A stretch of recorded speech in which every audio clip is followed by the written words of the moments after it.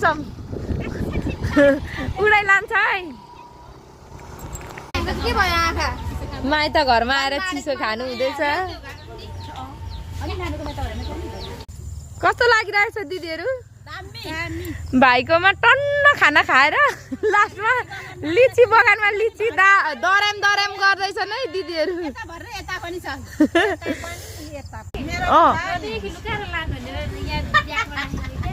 अनि निकाल्नु भएको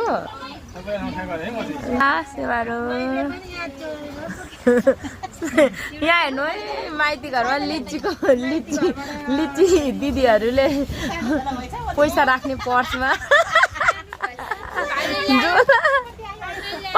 लिची त लिची माइतीले दिइहाल्नु भयो नि।